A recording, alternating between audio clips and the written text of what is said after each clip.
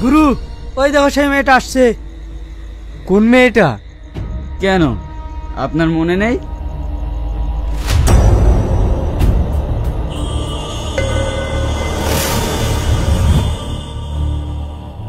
শ্রাবণী, শ্রাবণী। রিয়াজ দা? হ্যাঁ চল। রিয়াজ দা, আজ যেতে পারবো না, আমার একটু অসুবিধা আছে।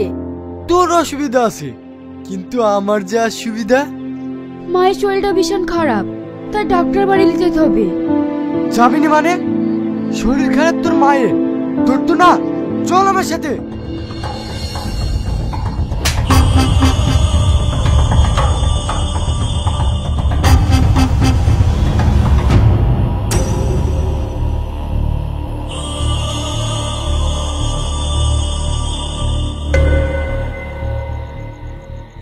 রিয়াজের গায়ে হাত, আজ সব শুদ্ধ আসলে উসুল করে নেব। এই যা গিয়ে ওকে ধর।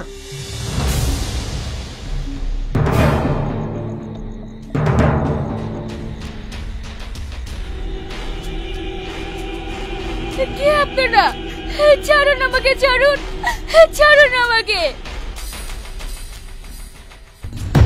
আরে এইভাবে টানতে টানতে কেউ আনে? ছাড় দেখি। রিয়াজ দা, ছাড়ুন আমায়, ছাড়ুন। আরে নামটা যে মনে আছে দেখছি।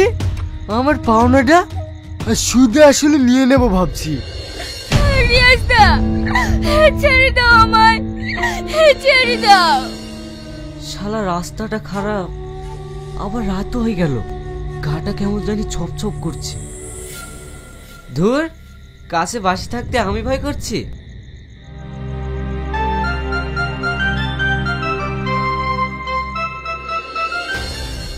ছেড়ে তো দেবই, আগে আমার পাওনাটা শোধ করে নিই।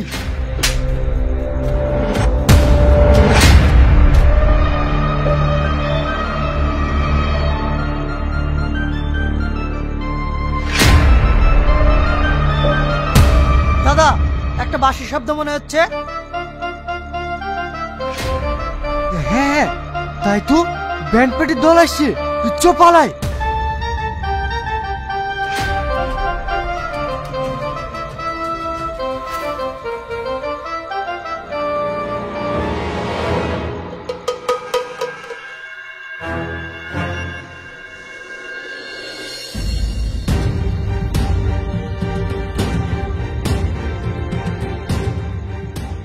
ওরা মানুষ না জানোয়ার? মেয়েটার কি অবস্থা করেছে দেখো দিনি। তোমার বাড়ি কোথায়? তোমাকে কিছু বলতে হবে না, চলো আমার বাড়ি নিয়ে যাই।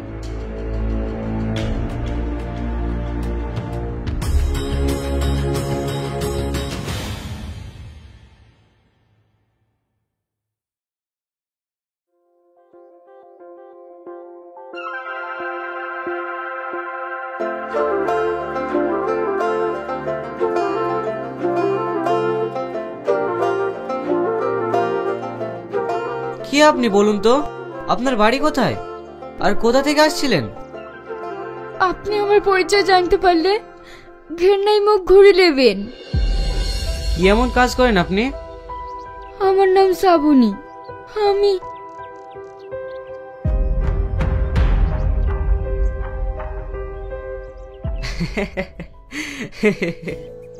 কেন এসব অসৎ পথে ইনকাম করেন আপনি?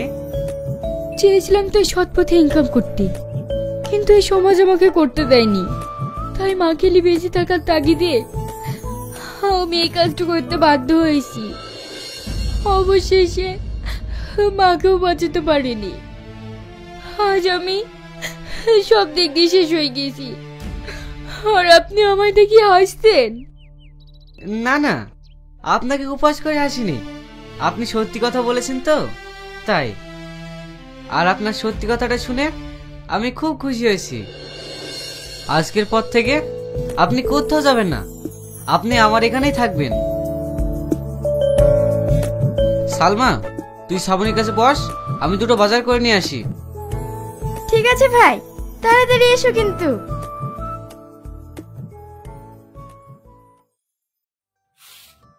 হয়তো কোনোদিন ভুলে যাবে তুমি ভুলতে কি পারবো তোমার। বাহ, ভাবির গানের গলাটা তো খুব সুন্দর। কে তোর ভাবি? কেন, ভাই যদি তোমাকে বিয়ে করে তাহলে তুমি আমার ভাবি হবে না? আগে তোর ভাইকে বিয়েটা করতে বল, তারপরে ভাবি বলি ডাকিস। না, আমি এখনই রাখবো, তুমি আমার কিচ্ছু করতে পারবে না। কি রে, তোরা কি নিয়ে ঝামেলা করছিস? ভাই, ভাবি দারুণ গান গাইতে পারে। হ্যাঁ, তুই ঠিকই বলেছিস, গানটাও ভালোই গায়, কিন্তু গেয়েই বা কি করবে বল? ও তোর গ্রামে থেকে বড় শিল্পী হতে পারবে না। তাতে আমার কোনো দুঃখ নেই। তুমি যদি সারা জীবন এভাবে আমার পাশে থাকো তাহলে আমি তোমাকে শোনানোর জন্য গাইবো। কি রে সালমা, কিছু খাবার টাবার করিস নি? হ্যাঁ হ্যাঁ ভাবি, তুমি ভাইকে খাবার দাও গা। আবার সরি, আমার ভুল হয়ে গেছে। ভাই, বিয়েটা করে ফেলো না, তাহলে তো আমার আর ভাবি বলতে অসুবিধা হবে না। কি জানি, শুধু ভুল করে ভাবি বলা হয়ে যাচ্ছে। এই বকিস নি তো তুই। ঠিক আছে, তুমি হাত মুখ ধুয়ে এসো, আমি খাবার খুলছি।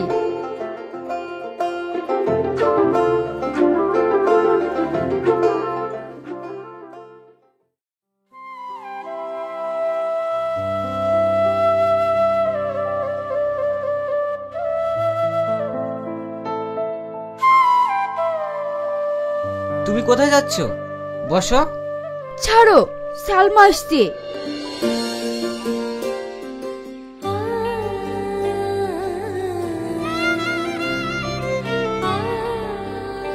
ওগো, রাগ করলে? রাগ? তোমার কথায় যেদিন রাগ করব, এই পৃথিবীর সমস্ত কিছু আমার কাছে অপ্রিয় লাগবে। আমি তোমার কাছে সারা জীবন প্রিয় হয়ে থাকবো, পারবো তো? কেন পারবে না? কারণ আমার খুব ভয় হয়, যদি কোনোদিন দমকা বাতাসে আমরা দুজন আলাদা হয়ে যাই তাহলে আমি বাঁচবো না, মরে যাব। খবরদার, এই কথার কোনোদিন বলবে না। আমরা দুজন সারা জীবন একসঙ্গে থাকবো।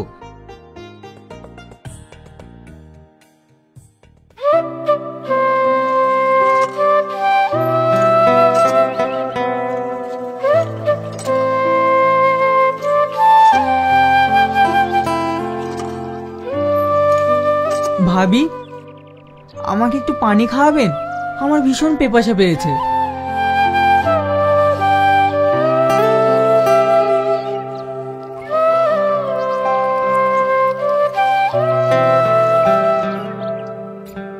বাসলাম, ভীষণ পেপাসা পেয়েছিল। আর রাস্তাটা এমনই, গাড়িটা আনা গেল না, হাঁটতে হাঁটতে সারা হয়ে গেলাম। আচ্ছা ভাবি, এখানে একজন ভালো বাঁশি বাজায়, ওর বাড়িটা কোথায় আপনি বলতে পারবেন? ভালোবাসি বাজাই বলতে গেলে তো আমাদের পাড়ার শাহিনী বাজায়। হ্যাঁ, আমার সঙ্গে আসেন।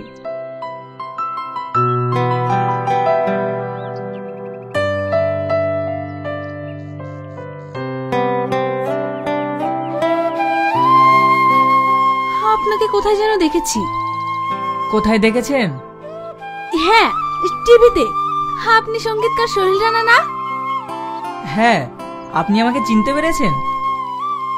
হ্যাঁ, আপনার অনুষ্ঠান আমার খুব প্রিয়, আমি খুব দেখি। Thank you.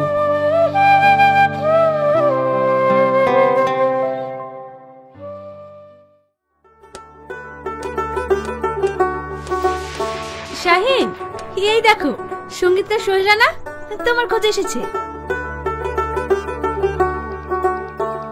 স্যার, আপনি আসুন আসুন। সালমা, চেয়ারটা দে তো বোন।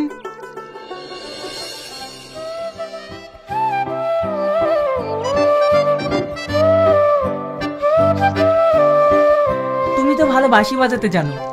হ্যাঁ স্যার, মোটামুটি বাজায়।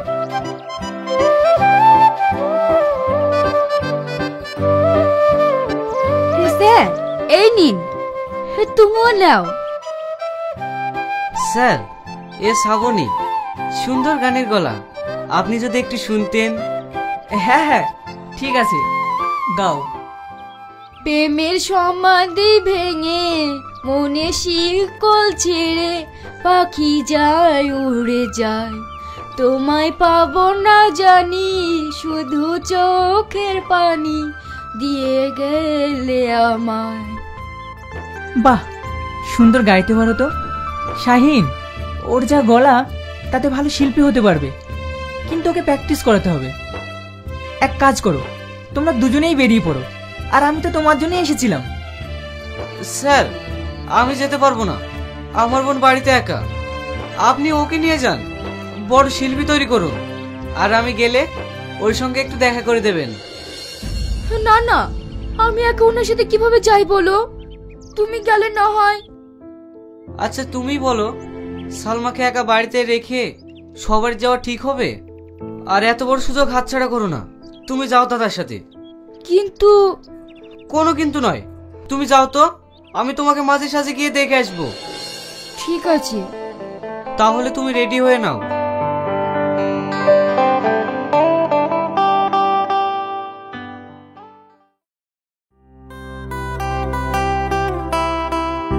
সোহেল দা, আপনি অসময়ে পেপার পড়ছেন, তাড়াতাড়ি করুন, যেতে হবে না?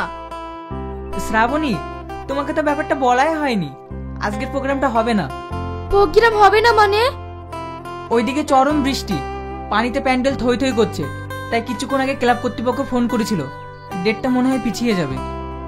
তাহলে ভালোই হলো, উপরে গেলাম, একটু ঘুমাবো। কেন, আমার কাছে একটু বসা যায় না? কাল সারা রাত প্রোগ্রাম করেছি তো, তাই চোখটা একটু ঢোল ঢোল করছি। আমিও তো ঘুমাইনি, কই আমার তো ঘুম আসছে না, হে চোখে শুধু তোমাকেই দেখি, তাহলে কখন ঘুম আসবে বলো? ঠিক আছে, ঘুমাবো না, এবার খুশি তো?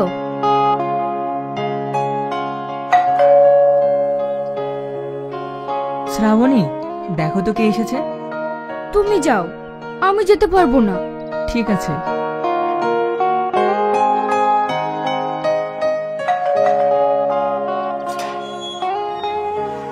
স্যার, শ্রাবণী কেমন আছে?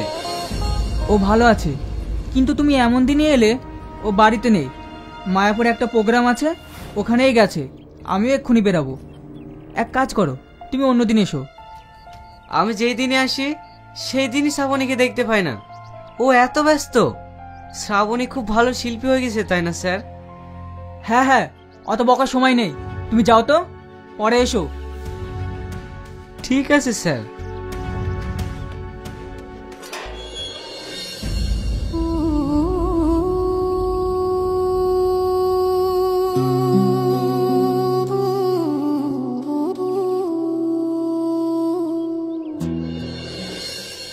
কে এসেছিল? এক ক্লাব কর্তৃপক্ষ এসেছিল প্রোগ্রামের জন্য, আমি না করে দিয়েছি। এত পর পর প্রোগ্রাম দরকার নেই, তুমি বিশ্রাম করো তো। কোথায় যাচ্ছ? বসো একটু।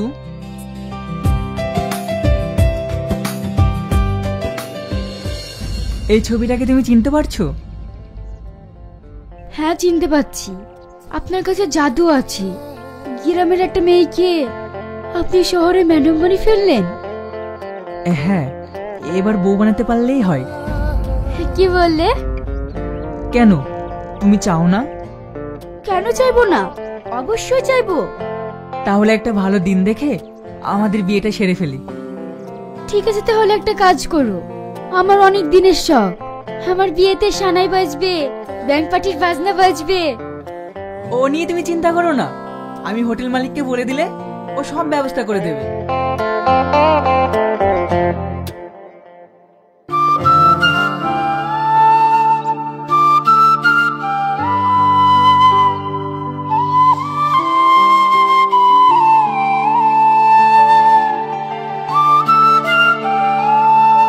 ভাই, শ্রাবণীর সাথে দেখা হয়েছে তোমার? ভাই, কি হলো, কথা বলছো না যে? কি করে হবে বল, ও কি আমাদের মতো সাধারণ আছে? ও অনেক বড় শিল্পী হয়ে গেছে, যেদিন যায় সেদিনই কোনো না কোনো একটা প্রোগ্রাম থাকে। ওরকম ব্যস্ততার মধ্যে থাকতে তুমি সবকিছু খইয়ে দিয়ে শ্রাবণীকে পাইয়ে দিলে। ও যত বড় জায়গায় যাবে তত আমার সুনাম হবে, আর গর্বে বুকটা আমার ভরে উঠবে। তুমি একটা পাগল, কিচ্ছু বোঝো না, তুমি আর কোনোদিনও ওর সাথে দেখা করতে পারবে না। না রে সালমা, তুই ভুল বলছিস। ও আমাকে কোনোদিনই ভুলতে পারবে না। শাইন ভাই, শাইন ভাই, মায়াপুর থেকে একটা হোটেল মালিক ফোন করেছিল, একটা বিয়ের প্রোগ্রাম আছে, তোমাকে যেতে হবে।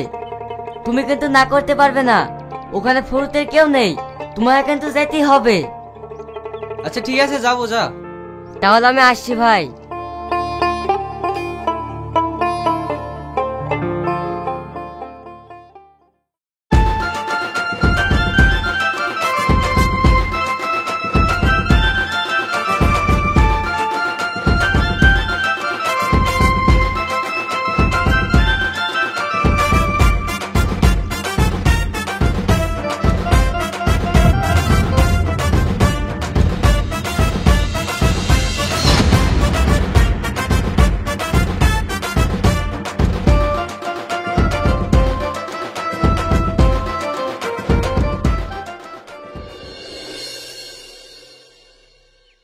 কি রে, থেমে গেলি কেন? বাজা, কেবল তো বর আর কোণে আসলো, এখনো তো বাজাতে হবে। বাহ বাহ শ্রাবণী, তুমি এইভাবে আমার সাথে বিশ্বাসঘাতকতা করতে পারলে? হ্যাঁ পারলাম। কে তুমি? কি আছে তোমার? আমি একটা বড় শিল্পী, আর আমি যাকে বিয়ে করছি সে সঙ্গীতকার। কোথায় তুমি আর কোথায় আমি? ঠিকই বলেছো তুমি, কিন্তু তুমি এই জায়গায় ছিলে না। আমার সুখ বিসর্জন দিয়ে তোমাকে করেছি বড় শিল্পী, আর তার প্রতিদান তুমি এইভাবে দিলে? আমি শুনেছি মেয়েরা কবিতরের জাত, যে চালে দানা বেশি পাবে সেই চালে গিয়ে বসবে, আর আজ তুমি সেটা প্রমাণ করে দিলে। বুঝিয়ে দিলে মেয়েরা ভালোবাসতে জানে না, জানে শুধু আঘাত দিতে। তুমি সুখী হও, আমি তোমার আঘাত বুকে নিয়ে এই সারা জীবন কাটিয়ে দেব। আসছি শ্রাবণী, আসছি।